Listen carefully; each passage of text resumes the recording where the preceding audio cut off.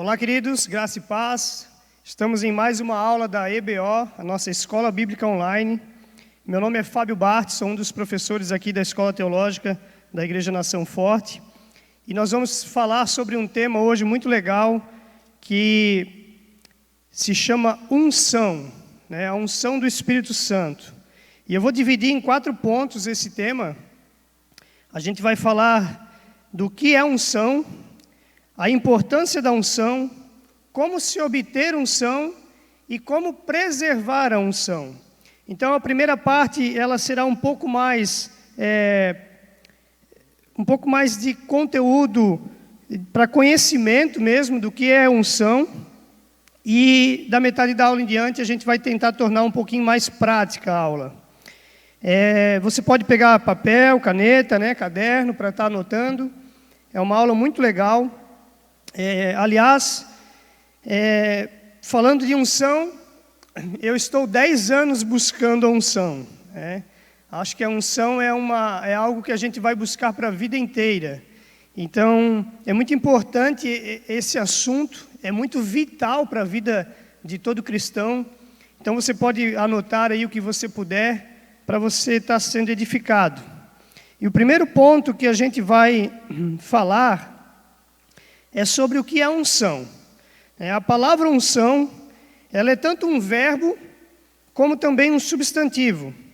Unção pode significar a substância usada para ungir um objeto, um utensílio ou pessoas, como também pode significar o próprio ato de ungir.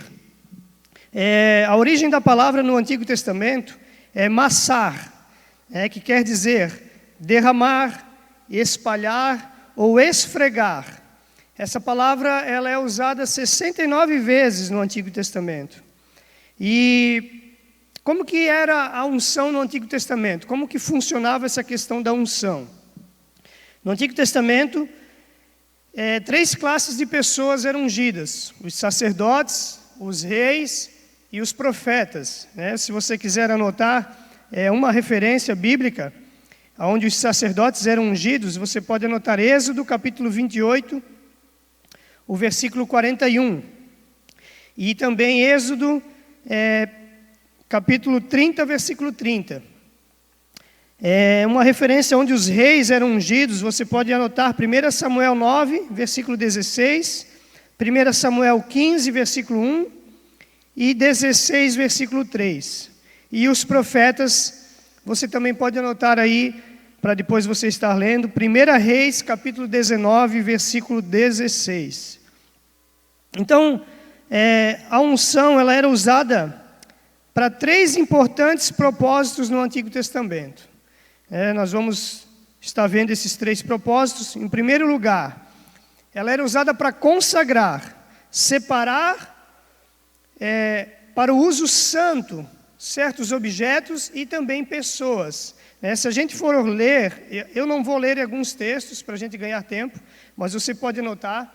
Se a gente for ler Êxodo capítulo 30, do 26 ao 29, Deus manda ungir os utensílios para o tabernáculo. Então os utensílios eles eram ungidos e separados para o trabalho na casa de Deus, para servir no uso da casa de Deus. Então, a unção, em primeiro lugar, ela era usada para consagrar, para consagração. Em segundo lugar, o ato de ungir, muito embora era feito por um ser humano, por um homem, mas ele era considerado como sendo feito por Deus.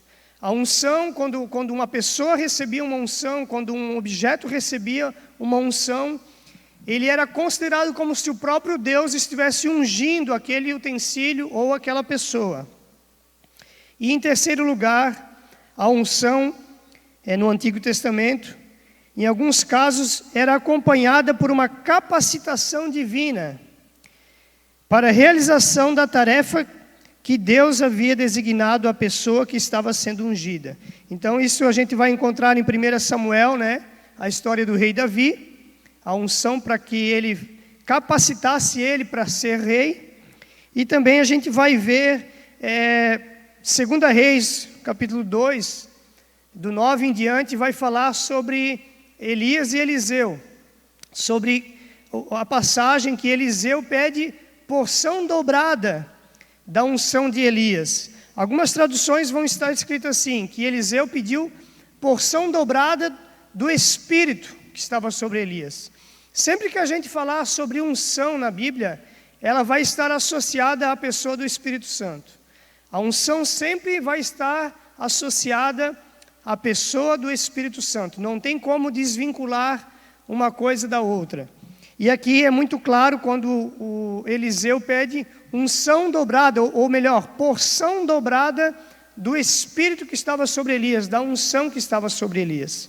Então, basicamente, no Antigo Testamento, a unção servia para isso: separar utensílios para a casa de Deus e também separar sacerdotes, reis e profetas para cumprir um propósito de Deus. E aí agora nós vamos ver a unção no Novo Testamento. No Novo Testamento existem 3 palavras usadas para a unção, né? A primeira palavra usada, ela é aleipo, com PH, se você quiser anotar, aleipo. Ela é usada 8 vezes no Novo Testamento. E ela também quer dizer esfregamento de óleo ou unguento. A gente vai achar isso em Marcos 6,13, Lucas 7, 38 ao 46 e Tiago 5, versículo 14, que é o texto mais conhecido a respeito da unção. Eu vou ler aqui com vocês, Tiago capítulo 5, verso 14, que é essa unção que diz respeito ao esfregamento de óleo, né, ou unguento sobre uma pessoa. Tiago 5,14 vai dizer assim: está alguém entre vós doente? Chame os presbíteros, os líderes da igreja, e estes façam oração sobre ele, ungindo-o com óleo em nome do Senhor. Então aqui, o primeiro ponto, a primeira palavra para unção no Novo Testamento é aleipo, e ela serve para esse fim, para ungir com óleo alguma pessoa, e no caso de Tiago 5,14, um enfermo, e fazer a oração da fé para que ele seja curado. Segunda palavra para unção no Novo Testamento é shirio, o crio. Eu não sei a forma certa que se expressa, é CHRIO no grego. Então é crio ou shrio, né? E ela é usada 4 vezes. Ela indica uma designação, olha só, ela indica uma designação ou comissão especial de Deus para o cumprimento da sua obra em geral. Ou seja, é quando uma pessoa é ungida, separada, designada para o cumprimento de um propósito. E aí, o restante da aula nós vamos ficar mais em cima deste tipo de unção. Por enquanto eu estou só fundamentando aqui, trazendo uma introdução. A gente vai ver isso em Lucas 4,18, Atos 10,38, 2 Coríntios 1, versículo 21, e Hebreus 1, versículo 9. Lucas 4,18 é aquele famoso texto de Jesus, a gente vai estar lendo mais adiante, mas que Jesus disse: o Espírito do Senhor está sobre mim e me ungiu para realizar as obras de Deus. E ali ele cita algumas funções que a unção habilitou ele para ele realizar: curar enfermos, expulsar demônios, dar vista aos cegos e pregar o Evangelho. Atos 10,38 vai dizer que Jesus foi ungido, e fazia o bem por onde ele andava. E então essa é a segunda palavra para unção no Novo Testamento.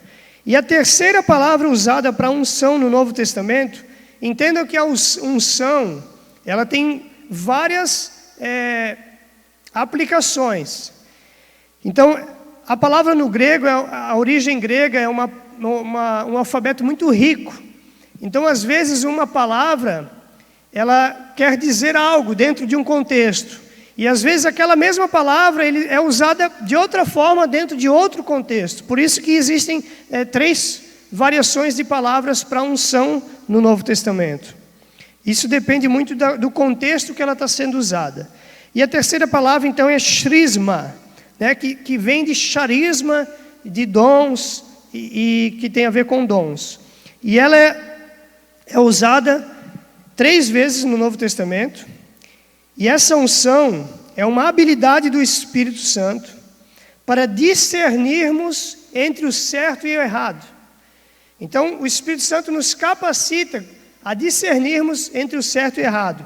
E isso se encontra em João 2, versículo 27, né, que diz assim, 26, 27 em diante, vai dizer, a unção que dele recebestes permanece em vós. E vocês não precisam de quem vos ensinem, mas a unção que está sobre a vida de vocês vos ensinará todas as coisas. Ela é verdadeira e não falsa. Ou seja, essa habilidade, essa unção, charisma, ela nos dá a habilidade para discernirmos falsos ensinos de verdadeiros ensinos. O Espírito Santo em nós, ele testifica aquilo que não vem de Deus, aquilo que não provém de Deus. E ele testifica a palavra que vem de Deus. Então, queridos, essa é a parte teórica da aula, para a gente compreender um pouquinho sobre a questão da unção. O segundo ponto que eu vou entrar agora, aí já começa uma parte um pouco mais prática, que diz respeito a nós, ao nosso esforço, que é a importância da unção. É muito importante a gente compreender a importância da unção, como a unção é preciosa e valorosa e essencial para a vida de todos nós, para podermos realizar a obra de Deus. Sem a unção, ferro batendo em ferro, é só barulho e não há eficácia no nosso trabalho sem a unção. A gente não consegue fazer a obra de Deus na força do braço. A gente não consegue fazer a obra de Deus na sabedoria humana. Por isso é extremamente importante a unção, principalmente nos dias de hoje, onde o intelectualismo, a sabedoria humana, está ganhando uma proporção muito grande dentro do contexto da igreja. Inclusive em púlpitos, muitas vezes, algumas mensagens, elas partem apenas da sabedoria humana. E a sabedoria humana, ela vai nos ajudar a vencer no mundo. Mas para nós vencermos o mundo, é apenas com a unção de Deus e com o poder de Deus. Então, nós precisamos do conhecimento, nós precisamos da sabedoria humana, mas nós precisamos da unção também. Então, essas duas coisas caminhando junto, sabedoria e unção, doutrina e vida, ortodoxia e piedade, aí nós vamos avançar no poder de Deus. Então, o segundo ponto, a importância da unção. Você pode anotar aí, Lucas 4, 18, nós vamos ler, que é o texto que eu citei agora há pouco, que diz assim: o Espírito do Senhor está sobre mim, pelo que me ungiu, para evangelizar os pobres, enviou-me a proclamar liberdade aos cativos e a restauração da vista aos cegos, para pôr em liberdade os oprimidos e apregoar o ano aceitável do Senhor. Então, queridos, Jesus, quando ele é batizado no Rio Jordão, ele sai do Rio Jordão e ele vai, então, para Galileia, e ele começa a fazer alguns sinais, começa a ensinar, e ele entra numa sinagoga, ele pega o livro do profeta Isaías e ele lê esse texto, que está escrito lá em Isaías, 61, se eu não me engano. E nos decorrer do texto, no versículo 20, ele diz assim, tendo fechado o livro, devolveu ao assistente e sentou-se. E todos na sinagoga tinham os olhos fitos nele. Então passou Jesus a dizer-lhes: hoje se cumpriu as escrituras que acabais de ouvir. Ou seja, naquele momento Jesus estava sendo ungido pelo Espírito Santo. E a partir de então é que ele começa a realizar sinais e maravilhas e prodígios a partir da unção. Até aquele momento, ele não realizava milagres, ele não tinha realizado nenhum prodígio, ele não tinha realizado a obra de Deus até aquele momento. Então é muito importante a gente compreender que se Jesus, ele teve que ser ungido para depois começar o trabalho e realização da obra de Deus, quanto que nós também não precisamos. Tanto que em Lucas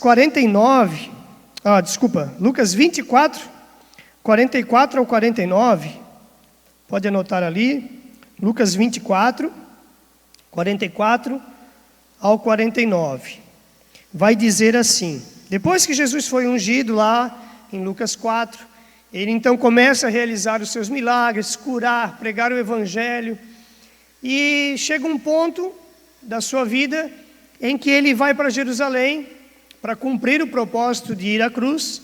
Então lá ele é preso, julgado e condenado, e ele também é crucificado. Então ele ressuscita e ele aparece aos discípulos, ressurreto já, aqui em Lucas 24. E no versículo 44 ele dá umas instruções, as últimas instruções para os discípulos. Imagina comigo, Jesus, eu e você sendo discípulos. Nós caminhamos 3 anos com Jesus.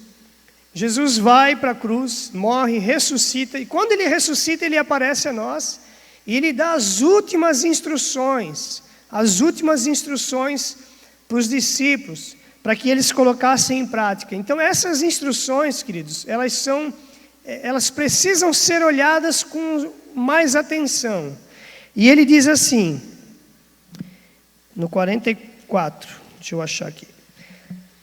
A seguir, Jesus lhes disse: são estas as palavras que eu vos falei.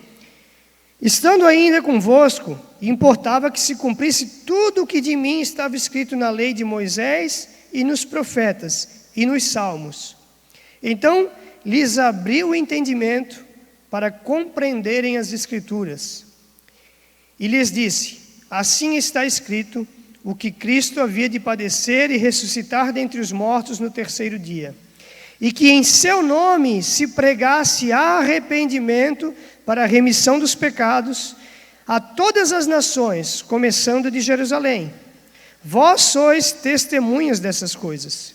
Aí ele diz no 49, eis que envio sobre vós a promessa de meu Pai, permanecei, pois, na cidade, até que do alto sejais revestidos de poder.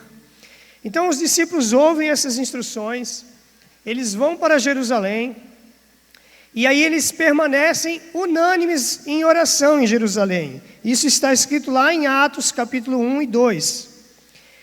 A gente não vai ler tudo, mas eu estou contextualizando você aqui dentro da ordem bíblica desses fatos, ok?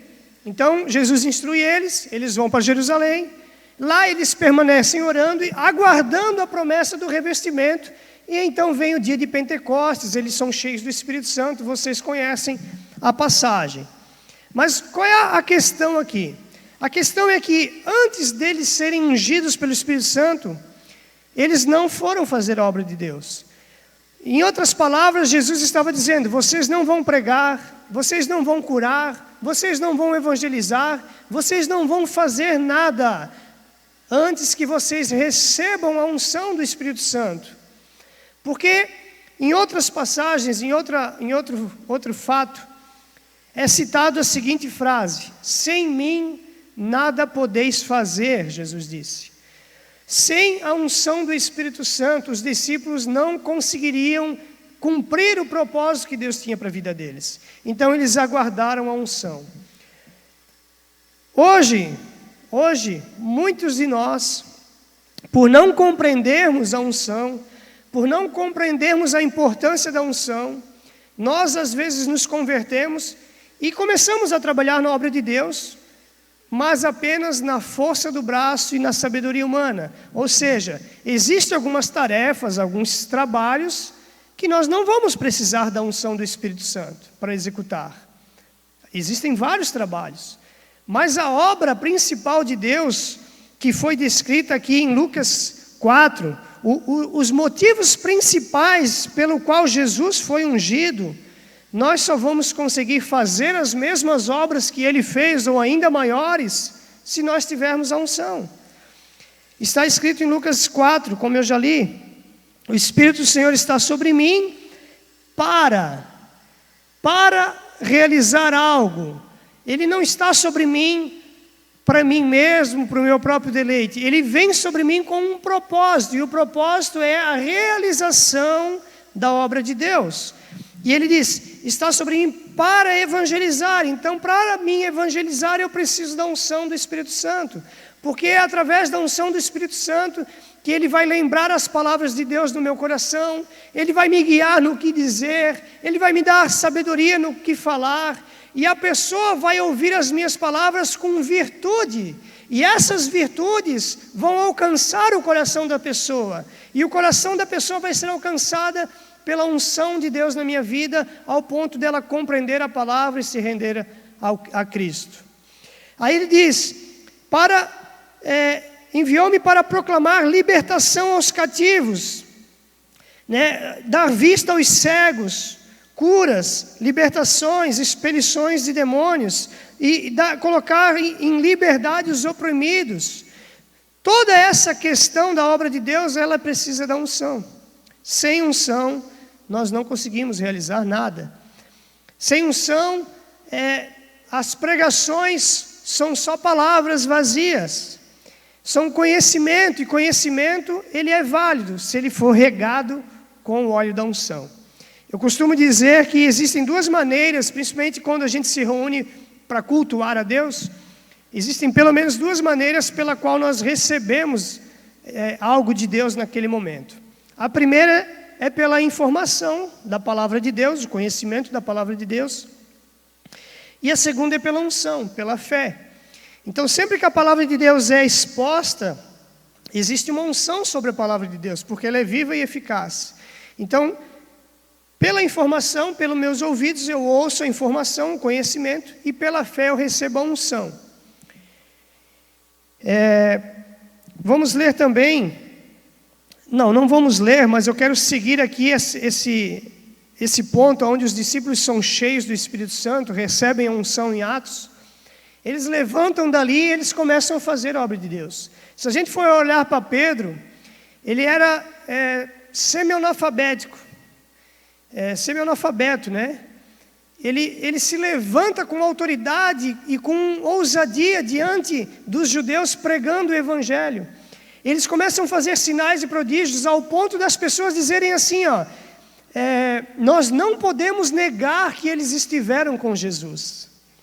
Porque havia virtude na vida deles, havia algo de diferente na vida deles, havia a unção do Espírito Santo na vida deles. Se a gente for olhar, depois de Atos 7, quando acontece uma grande perseguição, a morte de Estevão, o primeiro mártir, a igreja se dispersa. Filipe, então, ele era um diácono, ele servia as mesas, ele vai para Samaria, e lá ele começa a pregar o Evangelho e fazer sinais e maravilhas. Muitas pessoas eram curadas, espíritos malignos eram expelidos por causa da unção. E quando ele ministra lá para os samaritanos, ele ministra já o Evangelho, eles se batizam nas águas, mas ele já apresenta o batismo com o Espírito Santo, a unção do Espírito. Se a gente for ver em Atos 10, Pedro vai à casa de Cornélio, um gentio, e lá ele apresenta o Espírito Santo, o batismo, a unção. Se a gente for olhar em Atos 19, quando Paulo encontra os discípulos em Éfeso, os discípulos de João Batista, ele prega o Evangelho e ele diz, vocês já receberam o Espírito Santo? Eles falaram que não, então ele ora, eles recebem, eles são cheios do Espírito Santo, eles são cheios da unção. Então os apóstolos, queridos, eles sabiam o valor da unção. Então sempre que eles avançavam um novo território, sempre que eles avançavam uma nova cultura, um novo povo, ali eles pregavam um Cristo crucificado para a remissão dos pecados. Quando o povo se convertia, se rendia ao Evangelho e em seguida eles já pregavam o Espírito Santo, o batismo, a unção, o poder, porque eles sabiam da necessidade e da importância da unção na vida de um cristão. Por isso essa importância. O terceiro ponto, então, a importância da unção. Sem unção, nós não vamos conseguir realizar a obra de Deus. Se você for olhar para a vida de Sansão, Sansão era um juiz, né? E ele foi cheio do Espírito Santo para realizar uma tarefa. Antes da unção, ele era um homem comum, mas depois da unção, ele tinha poder sobre a vida dele. Só que a unção ela não nos torna melhores ou maiores do que ninguém. A unção é de Deus e ela vem sobre nós para um propósito. Até, inclusive, a motivação para se buscar a unção precisa estar correta. Porque precisa ser para o reino de Deus, o avanço do reino de Deus e o próximo ser alcançado por essa unção. O terceiro ponto, como obter a unção, então? Como obter a unção? Eu vou tentar resumir bastante, mas eu anotei aqui 4 pontos também, dentro desse terceiro ponto, que em primeiro lugar é oração, gente. Sem oração, não há como se obter a unção. O primeiro ponto é oração.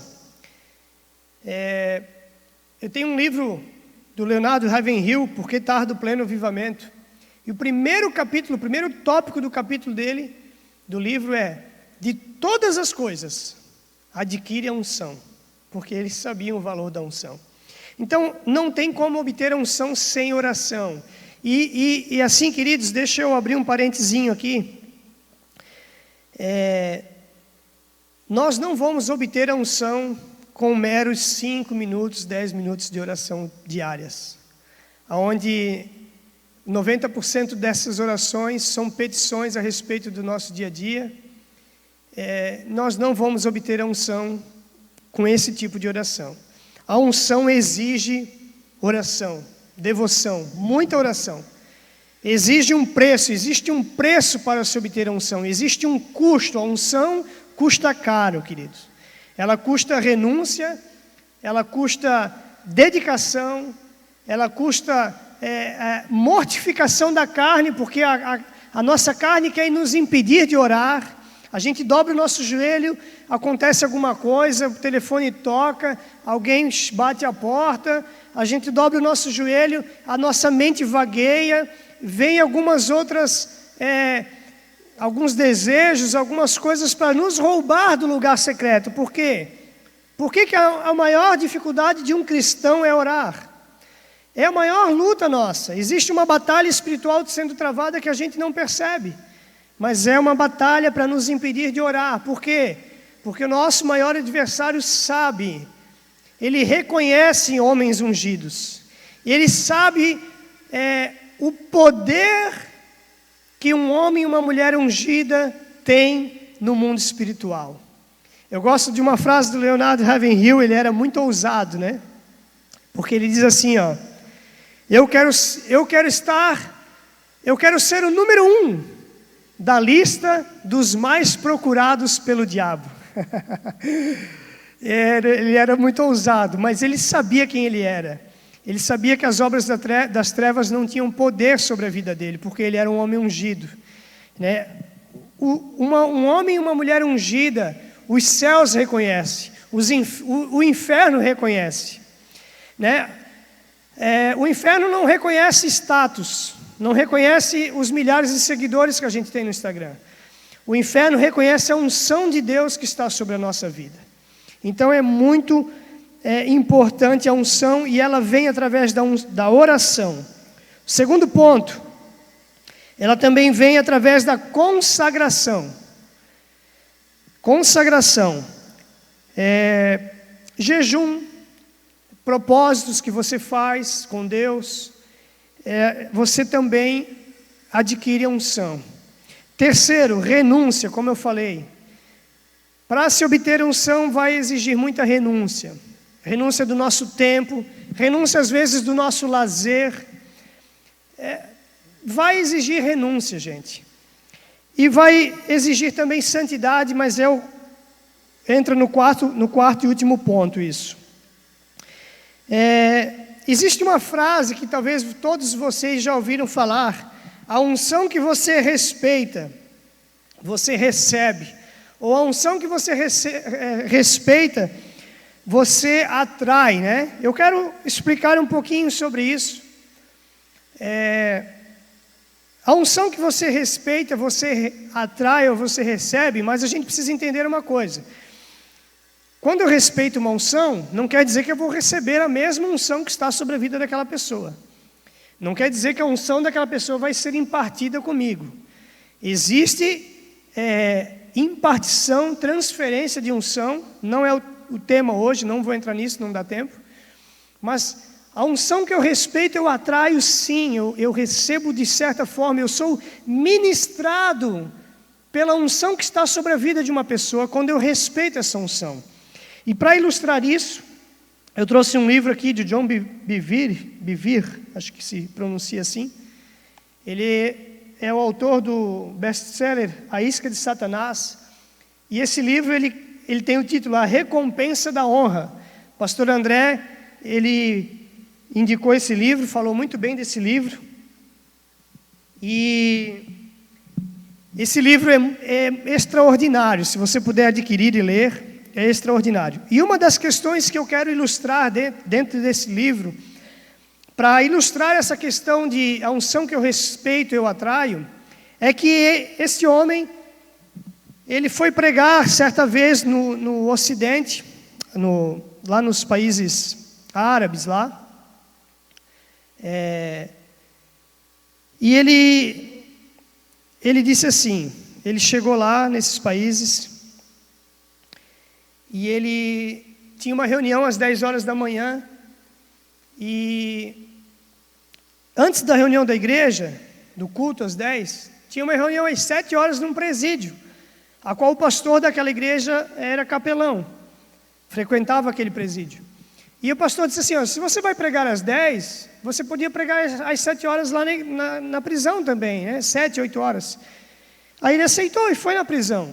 Quando ele chega na prisão, ele vê aqueles presos totalmente reverentes a Deus, com uma reverência qual ele nunca viu antes, e honrando ele como um homem de Deus. E aquele culto na prisão, gente, ele disse que foi um dos melhores cultos da vida dele.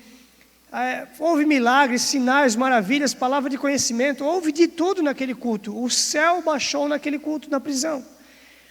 E eles saíram tão impactados daquele culto, que quando ele chega para ir para a igreja, ele disse para o pastor, se na prisão foi esse mover, na igreja então, né, nós vamos ser arrebatados hoje. Então ele vai pregar na igreja e o céu se fecha, ele não consegue nem terminar a mensagem, de tão pesado que estava o clima. E ele ficou frustrado com aquilo, ele foi orar, buscar a Deus, para entender o que havia acontecido. Como que na prisão houve todo aquele mover, e 1 hora depois na igreja havia todo um peso espiritual. E o Espírito Santo falou para ele o seguinte: na prisão, eles te receberam como homem de Deus. E na igreja, eles receberam como aquele pregador que já havia pregado várias vezes para eles. Ou seja, ele entendeu que a maneira como você honra a unção que está sobre a vida dos outros, você atrai ela sobre a sua vida. E uma outra questão desse mesmo pregador, desse mesmo autor, ele foi pregar em outro país, certa vez, e chegou naquele país, eles tratavam ele muito bem. Tinha 2 pessoas para servir ele, uma pessoa para segurar uma vasilha de água e a outra para lavar as mãos dele. Ele ficou tão constrangido com aquilo que ele pediu para... Ele disse, eu mesmo lavo as minhas mãos. Mas era a cultura daquele local. Então, o anfitrião lá, que contratou ele, que chamou ele, falou com ele assim, né, se você não aceitar, você vai estar desonrando essas pessoas. Então ele aceitou. E tinha um homem que acompanhou ele o final de semana inteiro, levando para o hotel, buscando, levando para tomar café. Um homem muito prestativo, muito prestativo. E aí, no decorrer do final de semana, ele perguntou quem era aquele homem prestativo que estava servindo ele. E foi-lhe dito que aquele homem era o presidente da CIA. Era o líder geral da CIA naquele local, naquela cidade, né? Era um homem de uma patente muito grande naquele local. E ele ficou maravilhado, ele disse assim, como que um homem dessa patente me serviu dessa forma? Aí o anfitrião olhou para ele com um olhar de surpreso e disse assim para ele, mas você não é o homem de Deus? Ou seja, aquele povo, eles tinham uma reverência pelo homem de Deus muito maior do que qualquer título que essa vida pode dar. E por eles receberem ele como um homem de Deus, eles receberam a unção que estava sobre a vida dele. E também houve um mover naquele local. Então, é nesse sentido que a unção que a gente respeita e honra, a gente atrai sobre as nossas vidas. E o último ponto que eu quero falar é como preservar a unção. Porque a gente entendeu o que é unção, a gente entendeu a importância da unção, a gente viu algumas características, alguns pontos, né, não são todos, de como fazer para se obter a unção, e agora a gente precisa preservar essa unção. E para preservar a unção, queridos, nada mais importante do que santidade.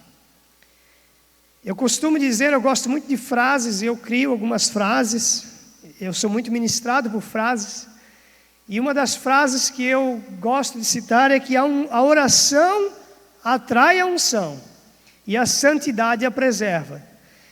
Então, isso é um fato. Eclesiastes capítulo 10, versículo 1, você pode anotar? Eclesiastes capítulo 10, versículo 1. Diz assim, assim como a mosca morta produz mau cheiro e estraga todo o perfume, também um pouco de insensatez pesa mais que a sabedoria e a honra. Ou seja, não adianta nós compreendermos o que é unção, sabermos a importância da unção, buscarmos a unção, pagarmos um preço, renunciarmos muitas coisas, nos consagrarmos, e quando adquirirmos a unção, por poucas coisas, perder essa unção. Ou seja, o que esse texto quer dizer? Que naquela época o perfume era feito em um tacho, um recipiente grande. E se caísse uma mosca naquele perfume, uma mosquinha, ela estragava todo aquele perfume. Ou seja, há um sacrifício, há uma busca, há um preço muito grande para se obter a unção.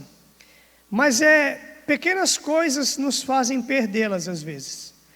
Não adianta nós ficarmos 2 horas, 3 horas, passarmos uma noite com a boca no pó, orando, jejuando, e quando nós nos levantamos dali, às vezes por pequenas coisinhas, nós abrimos a nossa boca e a unção, ela vai embora. O odre se racha, o vinho vaza. Pequenas coisinhas. A maioria de nós, quando nos convertemos e estamos num processo de busca de unção, é porque já vivemos uma vida em Deus, já vivemos uma caminhada em Deus. E às vezes nosso inimigo, ele não vai nos tentar em coisas grandes. Eu não vou tropeçar num púlpito, mas às vezes eu tropeço numa pedrinha, numa coisinha pequenininha. São as chamadas raposinhas que a Bíblia diz. Então é muito importante, se nós começarmos a buscar a unção, né, a partir dessa aula, buscar mais a unção de Deus, é muito importante a gente vigiar na questão da santidade, para a gente preservar essa unção. Lógico que, queridos, também é muito citado que a unção de ontem foi para ontem, né? É muito citado isso. Não que a unção não vai permanecer na sua vida se você se manter santo, mas a questão de Efésios 5,18, né? Não se embriagam com vinho, mas enchei-vos do Espírito Santo, né? O verbo enchei-vos é um verbo contínuo, todos os dias enchei-vos do Espírito Santo. Então a unção de Deus é algo que a gente precisa buscar a vida toda, e a gente vai adquirir orando, se consagrando, vivendo uma vida de santidade, né? Não dá para entrar muito nisso, mas às vezes até, principalmente quando a gente nega nós mesmos, nós também preservamos a unção. A Bíblia diz em 1 Coríntios 6, se houver demanda entre vós, nisso já há perca. Por que não sofreis antes o dano, né? Está falando no sentido de olha, não tenho desavenças com ninguém. Antes sofra o dano, caminhe a segunda milha, dê a segunda lado do rosto. Quando nós sofremos por amor ao Evangelho, nós também preservamos a unção de Deus. As nossas motivações e intenções preservam a unção quando elas estão corretas diante de Deus. E elas fazem nós perder a unção quando elas não são corretas diante de Deus. Então, há uma série de fatores que fazem com que a gente preserve a unção. Muitas vezes, quando você sofre por amor ao Evangelho, tomando a sua cruz, né? Às vezes você é humilhado e você, por amor ao Evangelho, decide ficar calado, não se vingar, não se cobrar, sofrer o dano. Isso agrada o coração de Deus e isso preserva a unção na sua vida. Então há uma série de fatores e algumas coisas, queridos, nós não vamos aprender de púlpito ou nem de aula. Nós vamos aprender com a própria unção. Muitas coisas o próprio Espírito Santo vai nos ensinar quando nós estivermos com a unção de Deus sobre a nossa vida, uma vida de oração, de consagração, de santidade. E para terminar, eu quero falar de 3 benefícios, né, que essa unção ela vai nos trazer. Antes um pouquinho de eu falar desses 3 benefícios, ainda falando sobre santidade, eu quero abrir um parênteses aqui, eu não tinha notado, mas eu lembrei disso aqui. No Antigo Testamento, o sacerdote, ele tinha uma roupagem, né, e ele precisava ser santo, porque senão ele entrava lá no Santo dos Santos, ele amarrava uma cordinha aqui com um sininho, e ele entrava. Se ele não estivesse totalmente santo, ele era fulminado, né? Não se ouve relatos na Bíblia de que algum foi fulminado, porque eles se consagravam, né, para não ser. E eles usavam uma roupagem com vários ornamentos, e cada um tinha o seu significado, enfim.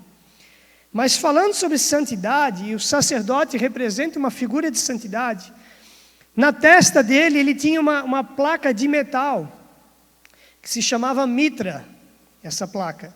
E essa placa de metal estava escrita, santidade ao Senhor. O que isso nos traz como uma aplicação? O que nós podemos aplicar isso? Queridos, hoje nós somos sacerdotes. Né? Não dá para falar aqui, mas nós temos a unção sacerdotal de reis e profetas. Nós governamos, nós somos reis, temos a unção de reis porque governamos na terra, trazemos o governo de Deus para a terra. Nós temos a unção de sacerdote porque nos colocamos entre o alpendre e o altar, nos colocamos entre Deus e entre o povo como intercessores. E nós temos a unção profética, não é vocação, nem ofício profético, nem dom de profecia, mas é uma unção profética onde nós profetizamos, e aquilo que nós profetizamos acontece. O Senhor disse para Ezequiel, diante do vale de ossos secos, pode haver vida ali? Ezequiel diz, se tu disser que sim, sim, Senhor. Aí Deus diz, então profetiza. Então nós temos essa unção também para profetizar, para fazer as coisas acontecerem, trazer a realidade dos céus para a terra. E essa mitra na testa do sacerdote estava escrito santidade ao Senhor. Então quando as pessoas olhavam para o sacerdote, elas viam lá santidade ao Senhor. E nós como sacerdotes, quando as pessoas olham para as nossas vidas, elas não veem mais uma roupagem, elas não veem mais uma placa, mas elas precisam enxergar em nós santidade ao Senhor. E aí nós vamos preservar a unção nas nossas vidas. E 3 benefícios para encerrar, é que, em primeiro lugar, a unção nos promove. Entenda uma coisa, não é uma promoção segundo o contexto humano, mas é uma promoção no sentido de que a unção, ela torna eu e você quem nós nunca seríamos sem ela. Ela tem poder de pegar uma pessoa que estava no charco de lodo e colocar em lugar de honra. A unção tem esse poder.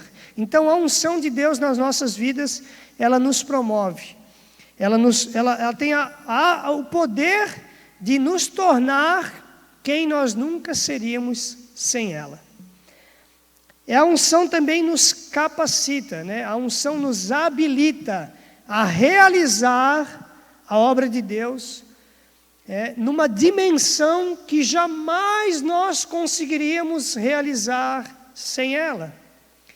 E em terceiro, a unção aumenta o nosso nível de influência, porque ela também nos leva e nos coloca em lugares que jamais nós seríamos colocados e alcançaríamos sem ela. Amém, queridos?